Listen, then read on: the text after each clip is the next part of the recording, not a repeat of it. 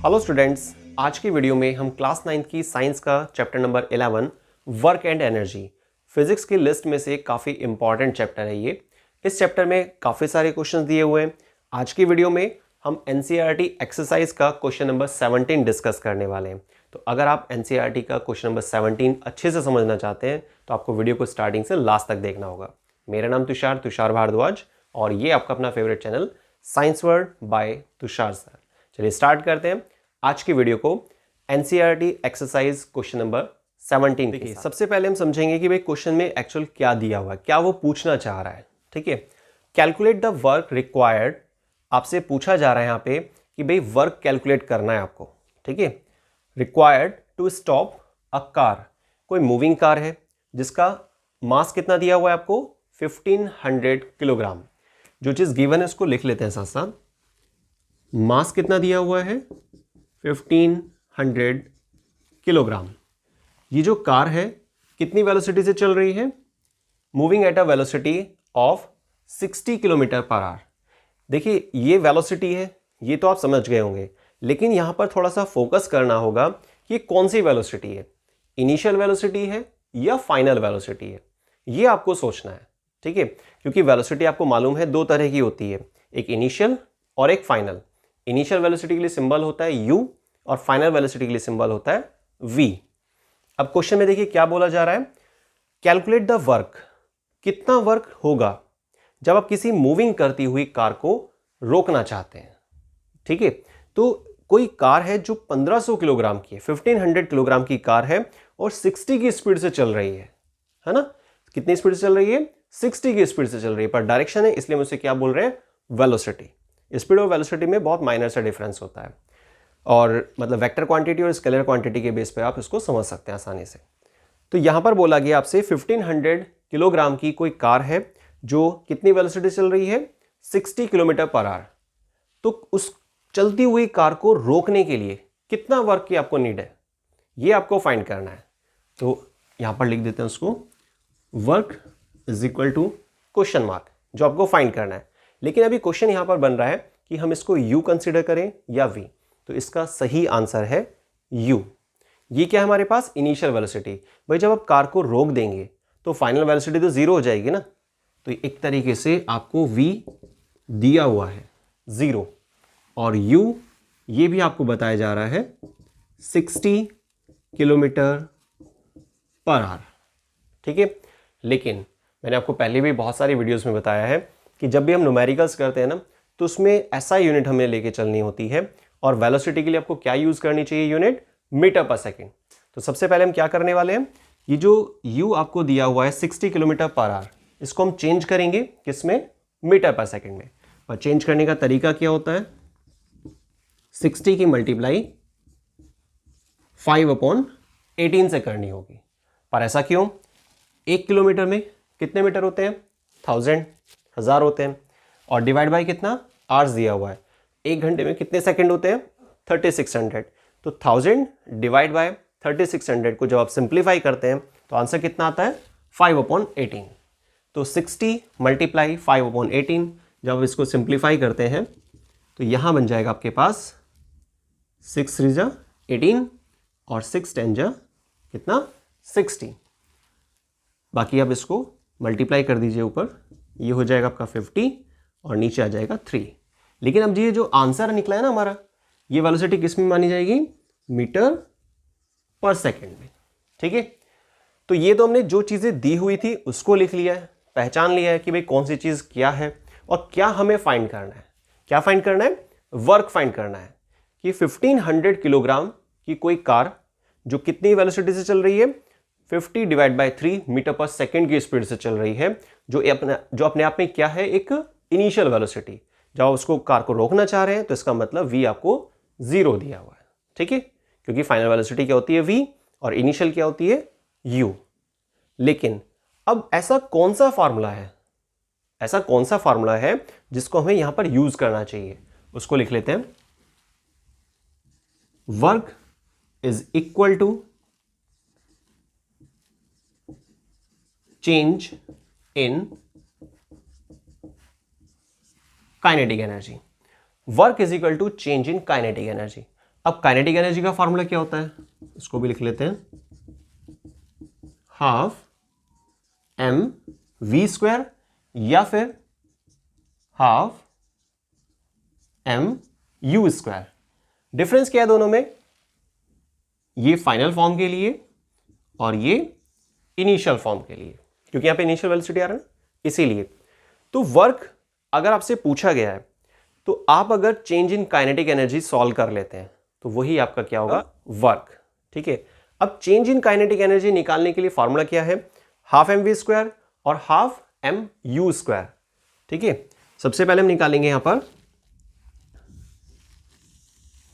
इसको सेपरेट कर लेते हैं। सबसे पहले हम इनिशियल काइनेटिक एनर्जी को फाइंड करेंगे, काइनेटिक एनर्जी इनिशियल, इस तरह से लिख लेते हैं। फॉर्मूला क्या होता है, हाफ एम यू स्क्वायर। ठीक है, अब आपको मास मालूम है, कितना दिया हुआ था, 1500 है ना। अब हमें सिंपल वैल्यू पुट करनी है और उसको फिर सिंप्लीफाई करना है। 1/2 1500 मल्टीप्लाई में 50 डिवाइड बाय 3 का स्क्वायर। ठीक है, फॉर्मूले में था ना हाफ एम वी स्क्वायर, इसीलिए। अब इसको आप थोड़ा सा सिंप्लीफाई कर देंगे, 1500 मल्टीप्लाई 50 मल्टीप्लाई 50 डिवाइड बाय कितना, 2 और नीचे यहाँ पर 9। ठीक है, 3 3 9 हो गया, 50 को हमने 2 बार लिख लिया यहाँ पे। अब इसको आप जितना छोटा हो पाए उसको सॉल्व कर देंगे। पहले हम एक काम करते हैं, इसकी मल्टीप्लाई कर देते हैं ना, चलो काट देते हैं इसको, थोड़ा छोटा हो जाएगा। ये हो जाएगा आपका 750। ठीक है, तो 1500 को हमने 2 से डिवाइड किया तो कितना आया, 750। अब इसकी जीरोस को एक साइड कर लेते हैं, 75 मल्टीप्लाई 25। अब देखिए एक जीरो यहाँ पर, एक जीरो यहाँ पर, 2 जीरो हो गई हैं, एक यहाँ पर थी तो 3 जीरो आ गई हैं। नीचे कितना, 9। ठीक है, अब इसको हम थोड़ा और छोटा कर सकते हैं, 3 से डिवाइड करके, 3 3 जा 9, 3 2 जा 6, 1 बचेगा, कैरी चला जाएगा आपका, तो ये आपका हो जाएगा 3 5 जा 15। तो कितना आ गया, 25, और यहाँ पर 25, नीचे कितना है 3। इसको लिख लेते हैं ऐसे ही। तो 25 की मल्टीप्लाई करेंगे तो कितना आ जाएगा, 6 2 5 डिवाइड बाय 3। ठीक है, और साथ में हमारे पास 3 जीरोज भी हैं ना।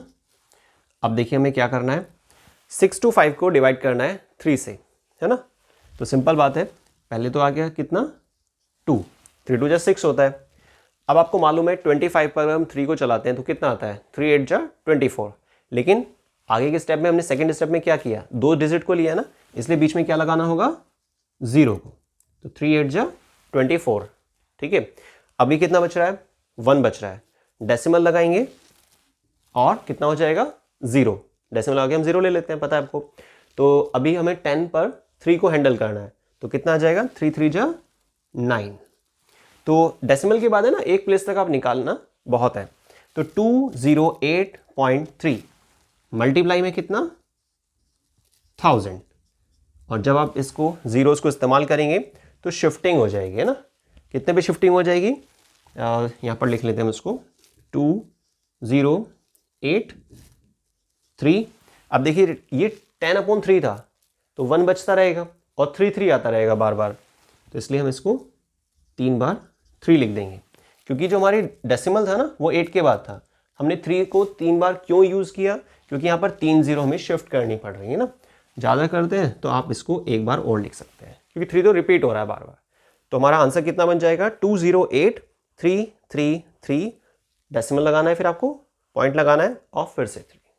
क्लियर। तो ये जो हमारा आंसर आया ये क्या है, काइनेटिक एनर्जी आई है। काइनेटिक एनर्जी की यूनिट क्या होती है, जूल। क्लियर। तो ये हमने इनिशियल काइनेटिक एनर्जी को फाइंड कर लिया है। इसी तरीके से हमें फाइंड करना होगा किस चीज को, फाइनल काइनेटिक एनर्जी को। फॉर्मूला कितना होता है उसके लिए, यहां पे लिख लेते हैं पहले इसको, काइनेटिक एनर्जी फाइनल। इसके लिए फॉर्मूला होता है हाफ एम वी स्क्वायर। अब आप सोच रहे होंगे कि काफ़ी कॉम्प्लिकेटेड है, इसी तरह से अब इसको सॉल्व करना है, ऐसा नहीं है। एक स्टेप में ये कंप्लीट हो जाएगा। ध्यान से देखना, ज़ीरो क्यों? क्योंकि इनिशियल वेलोसिटी तो हमें मालूम थी जो दिया हुआ था, लेकिन हम क्या कर रहे हैं ना, कोई कार जो चल रही है कितनी स्पीड चल रही थी, 60 किलोमीटर पर आवर की स्पीड चल रही थी, इसको हमने चेंज कर लिया था मीटर पर सेकंड में।